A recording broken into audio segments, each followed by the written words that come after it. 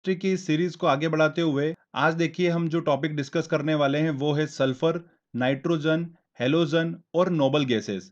तो काफी important lecture है ये वाला। यहाँ से काफी एग्जाम में क्वेश्चंस देखने को मिलते हैं, तो आप ये लेक्चर ध्यान से देखिएगा।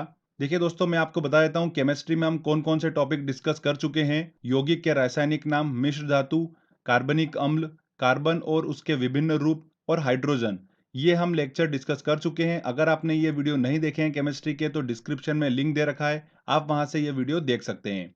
तो आज के इस वीडियो में जैसा कि मैंने आपको बताया, सल्फर, नाइट्रोजन, हेलोजन और अक्रिय गैसों को हम डिस्कस करने वाले हैं। देखिए लास्ट में मैंने एक very important question answer test भी इंक्लूड करा है। लगभग 30+ क्वेश्चंस मैंने उसमें इंक्लूड करे हैं। वो सारे क्वेश्चंस मैंने उसमें लिए हैं जो प्रीवियस ईयर इसी टॉपिक से क्वेश्चंस पूछे गए हैं। तो वेरी वेरी इंपॉर्टेंट टेस्ट है। टेस्ट जरूर लगाइएगा। टेस्ट लगाने से आपको आइडिया लगेगा कि किस तरीके से एग्जाम में क्वेश्चंस बनते हैं। टेस्ट लगाने के लिए जो लिंक है वो मैंने डिस्क्रिप्शन में दे रखी है। वीडियो कंप्लीट होने के बाद में आप टेस्ट लगा सकते हैं और प्रैक्टिस कर सकते हैं, ठीक है। साथ ही साथ दोस्तों, आप हमारा मैथ्स का पेन ड्राइव कोर्स जो है वो भी बाय कर सकते हैं। बाय करने के लिए इसकी लिंक जो है मैंने डिस्क्रिप्शन में दे रखी है, आप वहां से इसके बारे में इंफॉर्मेशन ले सकते हैं। चलिए दोस्तों, हम स्टार्ट करते हैं। देखिए दोस्तों, सबसे पहले हम बात करते हैं सल्फर की। इसके बाद में हम नाइट्रोजन को डिस्कस करेंगे, फिर हेलोजन और फिर लास्ट में नोबल गैसेस हम डिस्कस करेंगे, ठीक है। स्टेप बाय स्टेप हम अच्छे से समझते जाएंगे। सारे इंपॉर्टेंट पॉइंट्स आपको मैं बताऊंगा। देखिए सल्फर जो है वो हमारी पृथ्वी पर 0.05% ही उपस्थित है। सल्फर से एक महत्वपूर्ण रसायन प्राप्त किया जाता है, सल्फ्यूरिक अम्ल, जिसका फॉर्मूला क्या होता है, आप फॉर्मूला ध्यान रखिएगा, H2SO4। H2SO4 जो होता है सल्फ्यूरिक अम्ल का क्या है, फॉर्मूला है। सल्फर से ही इसे प्राप्त किया जाता है और इसे क्या बोला जाता है, तेजाब बोला जाता है। तो ध्यान रखिएगा, किंग ऑफ केमिकल भी सल्फ्यूरिक अम्ल को ही बोला जाता है। ये एग्जाम में क्वेश्चन पूछा गया था। तो हम बात करते हैं कि सल्फ्यूरिक अम्ल को प्राप्त कैसे करा जाता है। तो इसकी दो प्रोसेस होती है। सल्फर डाइऑक्साइड की जब क्रिया ऑक्सीजन के साथ की जाती है तब सल्फर ट्राइऑक्साइड प्राप्त होता है, और यह सल्फर ट्राइऑक्साइड जो है ये जल के साथ में क्रिया कर कर क्या बनाता है, सल्फ्यूरिक अम्ल बनाता है, ठीक है। तो यह पहली प्रोसेस हो गई। सेकेंड प्रोसेस ये है कि हाइड्रोजन पराऑक्साइड जो होता है H2O2, ये डायरेक्टली सल्फर डाइऑक्साइड के साथ में क्रिया कर कर क्या बनाता है, सल्फ्यूरिक अम्ल बनाता है। तो ये दो प्रोसेस मैंने आपको बताई है, दोनों इंपॉर्टेंट है, इसको ध्यान रखिएगा, ठीक है। ये पहली वाली जो प्रोसेस मैंने आपको बताई है कि सल्फर डाइऑक्साइड ऑक्सीजन के साथ में क्रिया कर कर सल्फर ट्राइऑक्साइड बनाता है, और सल्फर ट्राइऑक्साइड जो है वो जल के साथ में क्रिया कर कर H2SO4 मतलब सल्फ्यूरिक अम्ल बनाता है। ये जो प्रोसेस है, ये प्रोसेस आपको एसिड रेन जब हम आगे डिस्कस करेंगे उसमें आपको देखने को मिलेगी। तो फ्रेंड्स, यहाँ पर देखिए सल्फर डाइऑक्साइड की मैंने बात करी, तो ये सल्फर डाइऑक्साइड जो है ये एक हानिकारक गैस है, इसको मैं आपको आगे डिस्कस करने वाला हूँ। सल्फ्यूरिक अम्ल के उपयोग की बात करते हैं, तो देखिए सल्फ्यूरिक अम्ल का उपयोग काय में किया जाता है, कार के बैटरियों में किया जाता है। ये वाला क्वेश्चन देखिए 2 से 3 बार रिपीट हो चुका है एग्जाम में। विस्फोटक पदार्थों में यूज किया जाता है H2SO4 का। डिटर्जेंट उद्योगों में इसका यूज किया जाता है। सबसे अधिक मात्रा में इसका पेट्रो रसायन उद्योगों में इसका उपयोग किया जाता है। आगे देखिए हम बात करते हैं कि सल्फर का उपयोग जो होता है वो वल्कनाइजेशन प्रोसेस, वल्कनीकरण प्रोसेस में भी किया जाता है। तो वल्कनाइजेशन प्रोसेस क्या होती है, चलिए समझ लेते हैं। जब प्राकृतिक रबर और सल्फर का मिश्रण बनाकर उसे गर्म किया जाता है तो अच्छी क्वालिटी का रबर जो होता है वो प्राप्त होता है। इसी प्रोसेस को क्या बोलते हैं, वल्कनीकरण, वल्कनाइजेशन प्रोसेस बोलते हैं। तो देखिए किस तरीके से वल्कनाइट रबर जो था वो अस्तित्व में आया, किस तरीके से इसकी खोज हुई, इसके पीछे एक छोटी सी स्टोरी है, मैं आपको बताता हूँ। शुरुआत में वैज्ञानिक जो थे वो ऐसे रबर की खोज में जुटे हुए थे जो मौसम परिवर्तन के साथ में प्रभावित ना हो। तो एक वैज्ञानिक थे गुडियर, वो भी इसी खोज में जुटे हुए थे। तो वो प्राकृतिक रबर और सल्फर के मिश्रण के साथ में प्रयोग कर रहे थे। प्रयोग करते टाइम उनका मिश्रण जो था वो गर्म स्टोव पर गिर गया। गिरने के बाद में गुडियर को ऐसा लगा कि मिश्रण जो है वो पिघलने लगेगा, पर पिघलने की बजाय वो चमड़े जैसा सख्त हो गया। इसका लचीलापन भी बरकरार था। तो इस तरीके से वल्कनाइट रबर जो था वो अस्तित्व में आया। तो ये एक छोटी सी स्टोरी थी जो मैंने आपको बताई। तो ध्यान रखिएगा दोस्तों कि प्राकृतिक रबर और सल्फर का मिश्रण गर्म किया जाता है, जिससे अच्छी क्वालिटी का रबर प्राप्त होता है। इसे ही क्या बोला जाता है, वल्कनीकरण प्रोसेस बोला जाता है, वल्कनाइजेशन प्रोसेस बोला जाता है, ठीक है। इसके उपयोग की बात करते हैं तो देखिए टायर, ट्यूब, रबर बैंड, गुब्बारे, वाटरप्रूफ कोट बनाने में इसका उपयोग किया जाता है, ठीक है। चलिए सल्फर के एक ऑक्साइड की बात करते हैं, सल्फर डाइऑक्साइड बहुत ही इंपॉर्टेंट है और यहां से आपको क्वेश्चन जरूर देखने को मिलेगा। सल्फर डाइऑक्साइड जो होता है बहुत ही हानिकारक गैस है, और अम्ल वर्षा मतलब एसिड रेन के लिए ये रिस्पॉन्सिबल होती है। कौन सी, सल्फर डाइऑक्साइड। सल्फर डाइऑक्साइड की अगर मात्रा वायु में बहुत अधिक बढ़ जाती है तो पेड़ों की पत्तियां जो होती हैं वो काली होकर गिरना स्टार्ट कर देती हैं। इतनी खतरनाक ये गैस होती हैं। तो सल्फर डाइऑक्साइड जो होती है वो प्रोड्यूस कहाँ से होती हैं, तो यहाँ से भी क्वेश्चन निकला था एग्जाम में ध्यान रखिएगा, उद्योगों से निकलने वाले धुएं में सल्फर डाइऑक्साइड होती है अधिक मात्रा में, ज्वालामुखी से जो धुआं निकलता है उसमें सल्फर डाइऑक्साइड होती है। तो इस चीज को ध्यान रखिएगा, ये एग्जाम में पूछा गया था, क्योंकि सल्फर डाइऑक्साइड और नाइट्रोजन ऑक्साइड तो ये दोनों जो होती हैं ये एसिड रेन के लिए रिस्पॉन्सिबल होती हैं। तो आगे हम जब नाइट्रोजन ऑक्साइड पढ़ेंगे उस समय मैं आपको अम्ल वर्षा मतलब एसिड रेन के बारे में अच्छे से समझाऊंगा। ठीक है, तो आगे देखिए हम बात करते हैं अब नाइट्रोजन की। नाइट्रोजन जो है वो आयतन के हिसाब से पृथ्वी पर 78% उपस्थित है। कितना परसेंट? 78% नाइट्रोजन उपस्थित है। और ऑक्सीजन की बात करें तो 21% जो है वो ऑक्सीजन उपस्थित है। नाइट्रोजन के 3 ऑक्साइड हमें बहुत ज्यादा कंफ्यूज करते हैं, उन तीनों को मैं अच्छे से आपको समझाऊंगा, आपका कंफ्यूजन दूर हो जाएगा। कौन कौन से 3 ऑक्साइड हैं? देखिए, NO, NO2 और N2O। NO को बोला जाता है नाइट्रिक ऑक्साइड, NO2 को बोला जाता है नाइट्रोजन डाइऑक्साइड और N2O को बोला जाता है नाइट्रस ऑक्साइड। ठीक है, तो सबसे पहले देखिए हम नाइट्रिक ऑक्साइड और नाइट्रोजन डाइऑक्साइड को डिस्कस करते हैं।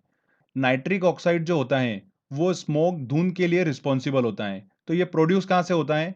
तो वह क्षेत्र जहां पर पेट्रोल और डीजल वाहन अधिक मात्रा में चलते हैं वहां पर अधिक मात्रा में धुंध और कोहरा देखने को मिलता है, क्योंकि ये वाहन जो होते हैं अधिक मात्रा में क्या प्रोड्यूस करते हैं? नाइट्रिक ऑक्साइड जो है, NO जो है वो प्रोड्यूस करते हैं। देखिए साथ में मैं आपको बता रहा हूँ, ये वाहन जो होते हैं ये CO मतलब कार्बन मोनोऑक्साइड भी प्रोड्यूस करते हैं। कार्बन मोनोऑक्साइड जो होता है ये कार्बन का एक ऑक्साइड है। ठीक है, बहुत ही हानिकारक है। सबसे ज्यादा वायु प्रदूषण जो करता है वो कौन करता है? कार्बन मोनोऑक्साइड करता है। वेरी वेरी इंपॉर्टेंट है, एग्जाम में बहुत क्वेश्चन पूछा जाता है, इसको ध्यान रखिएगा। श्वसन के साथ में ये कार्बन मोनोऑक्साइड हमारे शरीर में चला जाता है और रक्त में उपस्थित हीमोग्लोबिन के साथ में घुल जाता है और रक्त की ऑक्सीजन वहन क्षमता को क्या कर देता है? कम कर देता है, जिससे इंसान की मृत्यु भी हो सकती है। तो कार्बन मोनोऑक्साइड बहुत ज्यादा खतरनाक है। चलिए हम डिस्कस कर रहे थे नाइट्रिक ऑक्साइड को, तो चलिए इसको कंटिन्यू करते हैं। तो मैंने आपको बताया कि पेट्रोल और डीजल वाहन जो होते हैं अधिक मात्रा में क्या करते हैं? नाइट्रिक ऑक्साइड जो है वो प्रोड्यूस करते हैं। ये नाइट्रिक ऑक्साइड जो होता है वो सूर्य प्रकाश के साथ में क्रिया कर कर क्या बनाता है? NO2 बनाता है, नाइट्रोजन डाइऑक्साइड बनाता है। क्या बनाता है दोस्तों? नाइट्रोजन डाइऑक्साइड बनाता है। ये नाइट्रोजन डाइऑक्साइड जो होता है NO2, ये भूरे रंग का होता है। तो नाइट्रोजन डाइऑक्साइड के भूरे रंग के कारण ही भूरी धुंध हमको दिखाई देती है, भूरी स्मोक हमको दिखाई देती है। ठीक है, तो ये मैंने आपको नाइट्रिक ऑक्साइड और नाइट्रोजन डाइऑक्साइड का देखिए इंपॉर्टेंट पॉइंट्स बताए।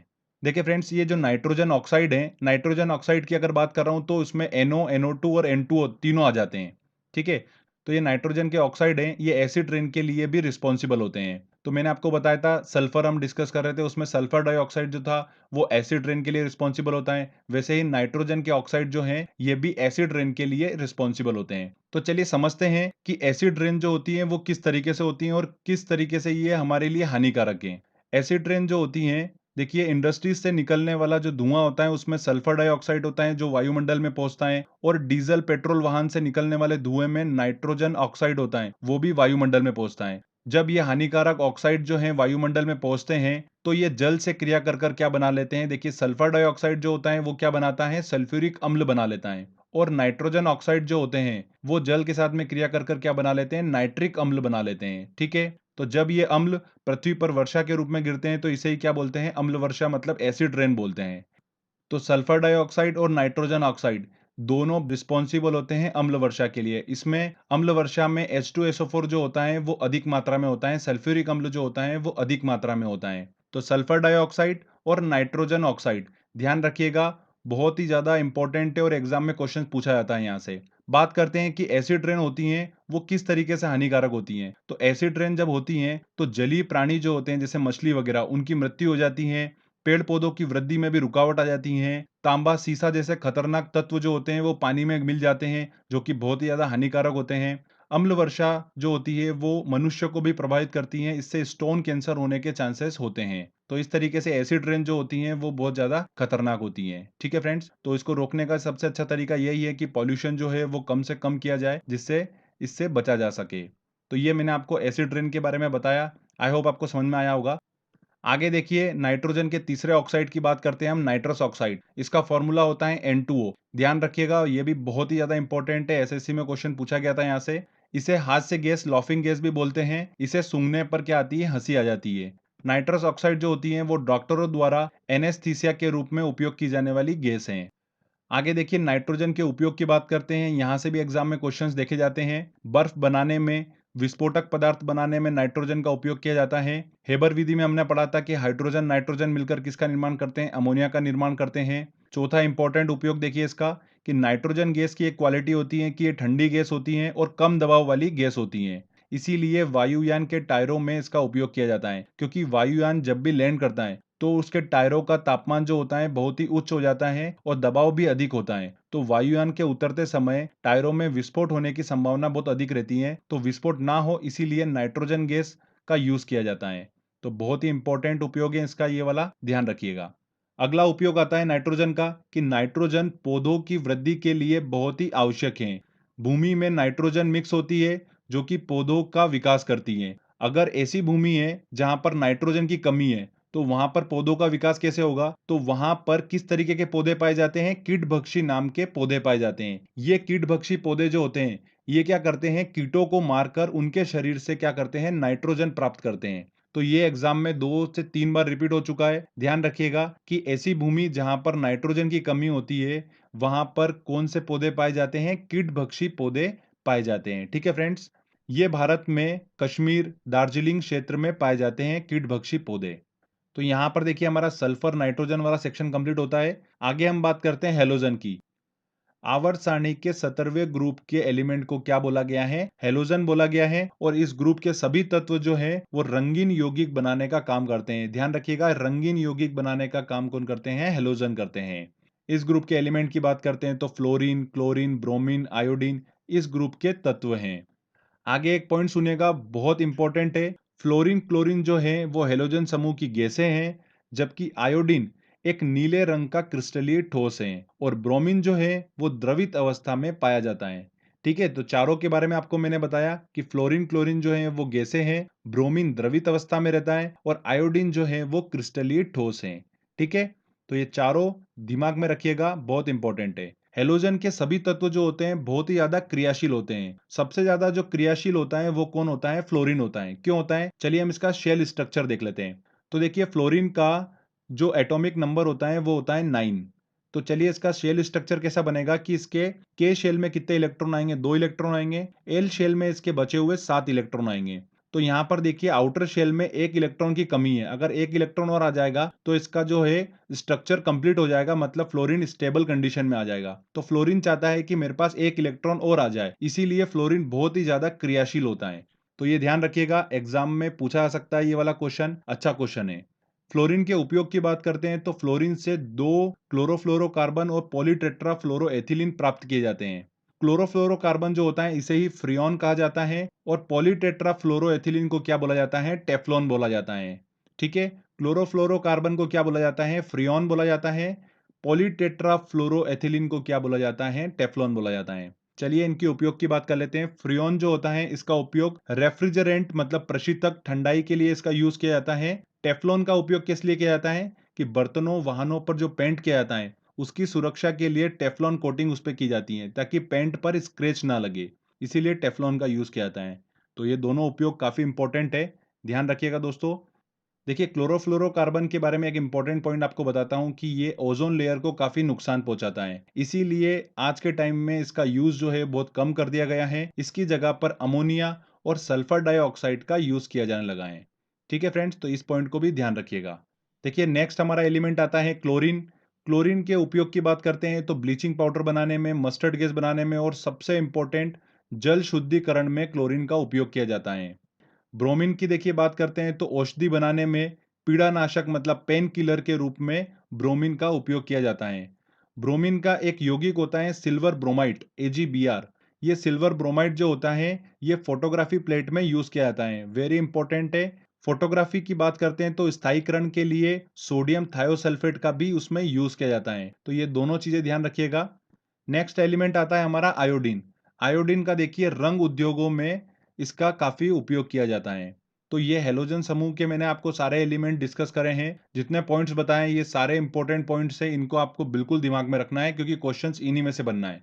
नेक्स्ट देखिए हम बात करते हैं अब नोबल गैस के बारे में। तो आवर्त सारणी के 18वें ग्रुप के 6 तत्वों को नोबल गैस कहा गया है क्योंकि ये रासायनिक रूप से निष्क्रिय होती है। कौन कौन सी? देखिए हीलियम हुआ, नियोन हुआ, आर्गन हुआ, क्रिप्टॉन, जीनॉन और रेडॉन। ये सारी जितनी भी गैस बताई है ये सारी नोबल गैसें हैं। ठीक है, अक्रिय गैसें हैं। एक एक करके सभी के हम देखिए यहाँ पर इंपॉर्टेंट पॉइंट डिस्कस करेंगे। हीलियम की बात करते हैं तो बहुत ही ज्यादा हल्की और अज्वलनशील गैस है। अज्वलनशील गैस होने के कारण ही इसे गुब्बारों में भरा जाता है। तो क्वेश्चन देखिए एग्जाम में ऐसा बनता है कि हाइड्रोजन की जगह पर हीलियम गैस गुब्बारों में क्यों यूज की जाती है। तो फ्रेंड्स, मैंने आपको बताया था कि हाइड्रोजन जो होती है वो बहुत ही ज्यादा ज्वलनशील गैस है। ऑक्सीजन के संपर्क में आने पर वो क्या करती हैं, विस्फोट करती हैं और जल का निर्माण करती हैं। ठीक है। पर हीलियम गैस जो है वो अज्वलनशील है, इसीलिए इसका उपयोग जो है गुब्बारों में किया जाता है। हीलियम के अगले उपयोग की बात करते हैं तो गोताखोर जो होते हैं, समुद्री गोताखोर, वो सांस लेने के लिए ऑक्सीजन और हीलियम गैस के मिश्रण का यूज करते हैं। तो वेरी वेरी इंपॉर्टेंट पॉइंट है ये भी। तो दोनों उपयोग जो मैंने आपको बताए हीलियम के, ये बहुत इंपॉर्टेंट है। अगला आता है नियॉन। नियॉन गैस जो है वो ट्यूबलाइट्स, बल्ब, एडवर्टाइजमेंट बोर्ड, इन सभी में यूज की जाती है नियॉन गैस। ऑर्गन की बात करते हैं तो उद्योगों में, बिजली के बल्ब में, इन सभी में ऑर्गन गैस यूज की जाती हैं। और ऑर्गन गैस जो है वो नाइट्रोजन ऑक्सीजन के बाद में यह पृथ्वी के वायुमंडल की तीसरी सबसे अधिक मात्रा की गैस है। कौन सी? ऑर्गन। क्रिप्टॉन की बात करते हैं तो फोटोग्राफी और लेजर बनाने में इसका उपयोग किया जाता है। जीनॉन जो है, ध्यान रखिएगा, स्ट्रेंजर गैस जो है वो किसे बोलते हैं? जीनॉन को बोलते हैं। एग्जाम में क्वेश्चन पूछा गया था। रेडॉन जो है वो वायुमंडल में नहीं पाई जाती हैं। इसके अलावा सभी गैसें जो हैं वो वायुमंडल में पाई जाती हैं, पर रेडॉन जो है वायुमंडल में नहीं पाई जाती हैं। तो फ्रेंड देखिए, यहाँ पर हमारा ये थ्योरी सेक्शन कंप्लीट होता है, जिसमें हमने सल्फर, नाइट्रोजन, हेलोजन और नोबल गैसेस को अच्छे से डिस्कस करा है। जितने मैंने आपको पॉइंट बताए ये सारे मोस्ट इंपॉर्टेंट है। क्वेश्चंस आपको इन्हीं में से मिलना है। ठीक है, तो चलिए अब टेस्ट लगाने की बारी है। टेस्ट लगाते हैं और देखते हैं कि हम कितने क्वेश्चन सोल्व कर पा रहे हैं, हमारा स्कोर क्या है। चलिए हम टेस्ट को स्टार्ट करते हैं। देखिए पहला क्वेश्चन है, कौन सी गैस नोबल गैस कहलाती है? Hydrogen, oxygen, helium, carbon dioxide.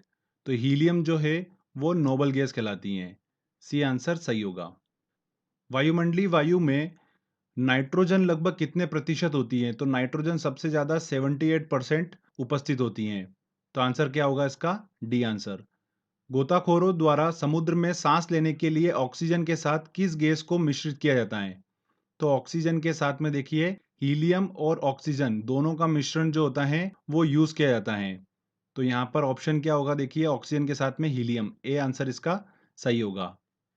देखिए क्वेश्चन है, निम्नलिखित में से कौन सी हास्य गैस मतलब लाफिंग गैस के रूप में प्रयुक्त होती है? तो लाफिंग गैस N2O, इसको क्या बोला जाता है? Nitrous oxide. तो आंसर क्या होगा? देखिए ए आंसर। नाइट्रस ऑक्साइड को ही लाफिंग गैस कहा जाता है। निम्नलिखित में से किस एक को स्ट्रेंजर गैस कहा जाता है? तो जीनॉन को कहा जाता है स्ट्रेंजर गैस। तो आंसर क्या होगा इसका? C answer. अगला क्वेश्चन है, वायुयान के टायरों में निम्न गैस का प्रयोग किया जाता है। किस गैस का प्रयोग किया जाता है? नाइट्रोजन गैस का यूज किया जाता है, क्योंकि ये ठंडी गैस होती हैं और कम दबाव वाली गैस होती हैं, इसीलिए इसका उपयोग किया जाता है। चलिए अगला क्वेश्चन लेते हैं। सामान्यतः गुब्बारे में कौन सी गैस भरी जाती है? तो गुब्बारे में कौन सी गैस भरी जाती है? हीलियम गैस भरी जाती है, क्योंकि ये अज्वलनशील गैस होती हैं। तो आंसर क्या होगा इसका? डी आंसर होगा। हाइड्रोजन गैस जो है वो ज्वलनशील गैस है, ऑक्सीजन के साथ में क्रिया कर कर विस्फोट करती हैं और जल का निर्माण करती हैं, इसलिए हाइड्रोजन को गुब्बारे में नहीं भरा जाता है। ठीक है। देखिए अगला क्वेश्चन, वायु भरे गुब्बारों में हीलियम को हाइड्रोजन की अपेक्षा वरीयता दी जाती है, क्योंकि वायु के साथ विस्फोट मिश्रण नहीं बनाती हैं, इसीलिए। डी आंसर इसका भी सही होगा। अगला क्वेश्चन है, निम्न गैस अश्रु गैस की तरह काम में लेते हैं, मतलब टीयर गैस की तरह किसको काम में लिया जाता है? अमोनिया को लिया जाता है, NH3। ठीक है, मैंने आपको बताया था अमोनिया जो है वो अश्रु गैस की तरह काम में ली जाती है। चलिए अगला क्वेश्चन हम लेते हैं। क्वेश्चन है, निम्नलिखित में से कौन सा सामान्य ताप पर ठोस अवस्था में रहता है? क्लोरीन, ब्रोमीन, आयोडीन और फ्लोरीन। तो आयोडीन जो होता है वो क्रिस्टलीय ठोस है। सी आंसर इसका सही होगा। ब्रोमीन जो होता है वो द्रवित अवस्था में रहता है और क्लोरीन और फ्लोरीन जो है वो गैसीय अवस्था में रहते हैं। ठीक है, तो ये ध्यान रखिएगा, इंपॉर्टेंट प्रॉपर्टी है ये इसकी। गोताखोरों के सांस लेने संबंधी क्रिया में उपयोग की जाने वाली गैस है, कौन सी है? ऑक्सीजन और हीलियम। वह हेलोजन जिसका उपयोग पीड़ाहारी की तरह किया जाता है। पेन किलर के रूप में किसका उपयोग किया जाता है? ब्रोमीन का। औषधि बनाने में पेन किलर की तरह यूज किया जाता है ब्रोमीन का। दोस्तों ब्रोमीन का मैंने एक और उपयोग बताया था आपको कि ब्रोमीन का एक यौगिक है AgBr, जिसका उपयोग फोटोग्राफी प्लेट में किया जाता है। तो इसको भी आप ध्यान रखिएगा। नेक्स्ट क्वेश्चन है, ट्यूबलाइट में निम्न दाब पर कौन सी गैस भरी जाती है? तो निम्न दाब पर नियॉन और पारद वाष्प जो है वो भरी जाती हैं। बी आंसर सही होगा। फोटोग्राफी की प्लेट पर निम्नलिखित में से किसकी परत चढ़ाई जाती है? तो फोटोग्राफी प्लेट पर यूज की जाती है सिल्वर ब्रोमाइट। नेक्स्ट क्वेश्चन है, फोटोग्राफी में स्थिर करने के रूप में प्रयुक्त होने वाला रासायनिक पदार्थ है।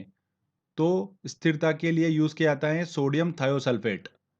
चलिए अगला क्वेश्चन लेते हैं हम।